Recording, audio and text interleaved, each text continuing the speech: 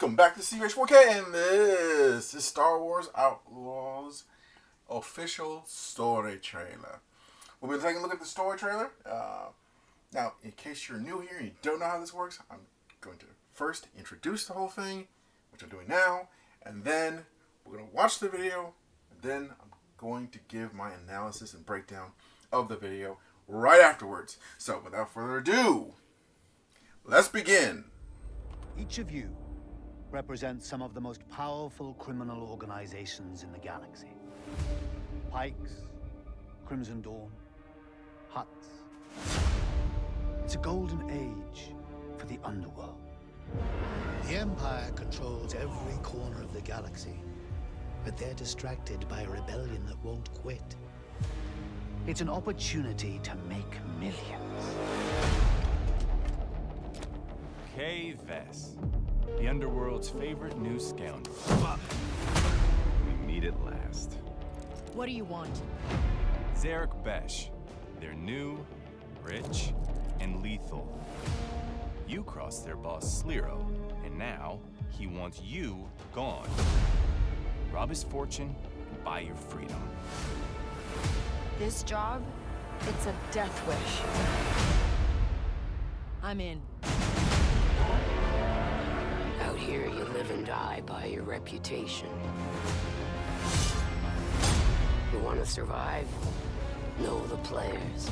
You're new to this world. What's your problem? Come back when you're not. Jabba, right? Look, don't try anything. I got a whole crew surrounding the... Okay, we're skipping that part. For about as long as I can remember, it's just been me and Nix. Doing what we have to survive. This job is my one shot at freedom. But if we're gonna pull this off, we need the right crew. And the right ship.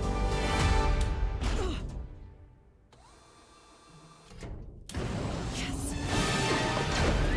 Hang on. I hire you because you are one of the best hunters in the Outer Rim. She's more connected than you let on, Sliro. Vess is mixed up in something bigger. The Outer Rim is a dangerous place. Everyone is fighting for their piece of the galaxy. But all I want is to live free. So I'm gonna risk it all. Hold on, Nick!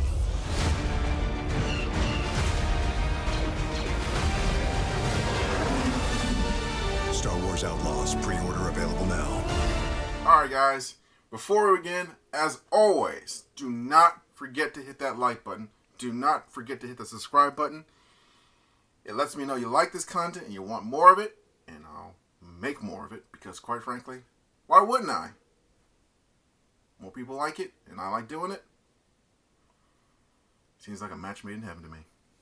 So, without further ado, let's begin with the analysis. So, I'm going to hit the mute button here and just let the video play out. I'll talk about bits and bobs here. I like this dude's, beard. It's graying. It's nice, like he's in a position of authority and power. It took him a while to get there, but he's there now. I like his cape. Capes are awesome. I don't care what anyone says. I know Ed in the E mode is like, oh, how dare you, but calm down. Capes are awesome. I like the fact that there's stormtroopers in the background. Nice laser gun. Now, how do I put this about the protagonist and the antagonist? I don't see any Jedi or Sith in here, and I think that's the main issue I have with a lot of Star Wars content as of late. Well, not just as of late, but Star Wars. You know what? Let's just say Star Wars content without Sith or Jedi. Sometimes it's really good. Sometimes it's really good, like Andor. But other times it just sort of falls flat. For no other reason than I think Sith and Jedi are like the mainstays of the Star Wars universe. Like, it's the most unique thing about the Star Wars universe is their Jedi and Sith. If you take that away, you're struggling uphill to make it a unique brand afterwards. It's sort of like, yeah, you're no longer all that unique because you're just basically like every other sci-fi franchise with laser guns and weird futuristic looking clothing and weaponry. I mean, you gotta have a hook to you, and I think Jedi make a hook.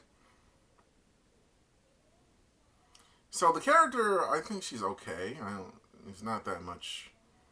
It's like I don't know. It feels like she's very generic. Like, I don't know. It's just like they tried to make her unique with a jacket and a scrappy personality, but dude, like that makes her even more generic. I don't hate her. It's just like I don't see anything that stands out.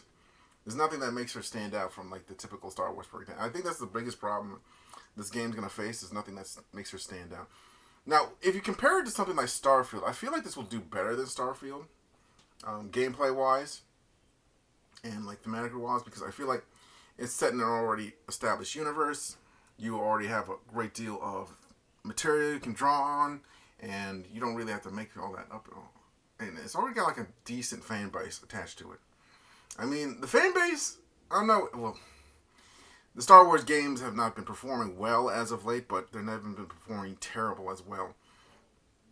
I like the robot dude. I guess that's cool. There's a Star, okay. That's a Star Destroyer. I found that interesting. Yeah, there's not that much that's like. You got like an assassin droid. Like, oh, look at that damage right there. I like that. There's a little bit of damage, letting you know that this is a rough and tough robot that's been through it. And I like the long coat. Nice addition. Makes it stand out from the other robots in that line of robots. And I like the little helmets. And I think it's a fish person from as an Admiral Akbar person. I don't know what their race's name, but yeah. I mean, it has some good potential to it. Like, we gotta see the ship combat, we gotta see the ground combat more, maybe. Like, I saw some of the ground combat already in the gameplay trailer. It seems like an alright game, but again, like I said before, there's not much that makes it stand out from what is the norm right now. Like, it stands out a bit, but it seems very, I wouldn't say generic. I keep saying the word generic, but like that's basically what it is to a T. There's nothing that makes it, that's nothing that grabs, that's going to grab the audience. And Star Wars, while I did say it had an established fan base, it needs people to be brought in.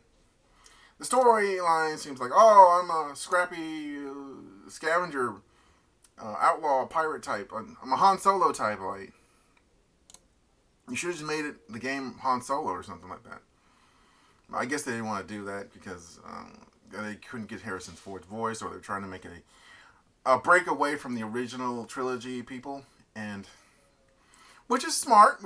But honestly, there's not that much here that would make her, I don't know. It feels like they're trying to make Han Solo, but without Han Solo, if that makes any sense. And it comes off very, like, yeah, we can do it, but not really, sort of thing. And I don't hate it, but it's sort of like, there's nothing here that's unique. You need something a little bit unique. Like, these creatures are unique. Like, No Man's Sky has creatures too, like, and they have like procedurally generated creatures too. Like, they're basically going against No Man's Sky. They're going against Starfield. They're going against all the other Star Wars games that are out right now. They're going against Jedi Survive, and that did. I think the recent Jedi Survive one was the newest one, right? And that didn't do so well because, you know, I feel like the brand is suffering a great deal. So this could be the game that turns it all around. But I feel like a gameplay trailer would have helped out more than a story trailer. It's just my opinion, but they include... I wonder if this is just Jabba the Hutt. It looks like it's Jabba the Hutt. But you know, it could be like... It could have been like, no, this is GB the Hutt. What? GB the Hutt. Yeah, you don't know about GB the Hutt? It's like, no, bring out Jabba the Hutt. Hopefully it's Jabba the Hutt. It's probably Jabba the Hutt. They probably said in the trailer, but I was just like, oh, okay. Another hover bike. That could be an interesting addition to ground movement. That's, I think, the greatest failing of Starfield was they had no ground movement vehicle whatsoever. They just had you walking on foot or using a jetpack, which was lame because it took hours to get anywhere when you landed somewhere. So you basically had to fast travel if you wanted to do anything in that game, which is terrible. Nice laser armor, I guess. It will protect you from laser blasts, or not really. I don't know, man. We'll see. It looks decent.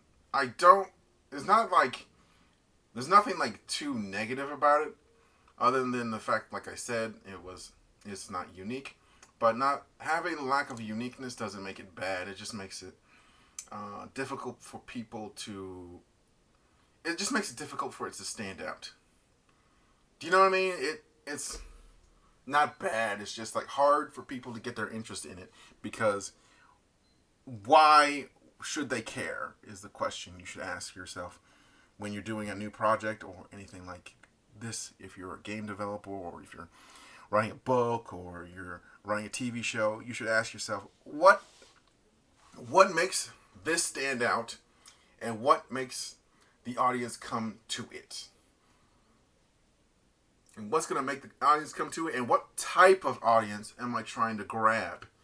Those are the questions you should be asking when you're doing something like this.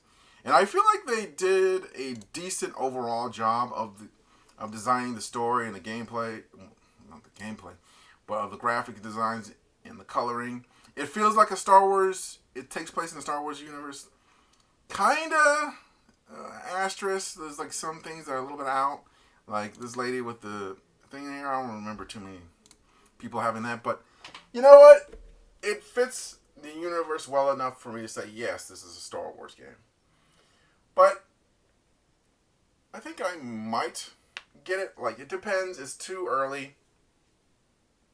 Maybe release another gameplay trailer with space combat, with ground vehicles, with a whole list of things. And maybe we can look at it. It looks like a decent single player game, though. It looks like decent. I'd give it a C or a B. Alright. That's all I got to say. That's all I got to say. Thank you so much for stopping by, and I'll catch you in the next one.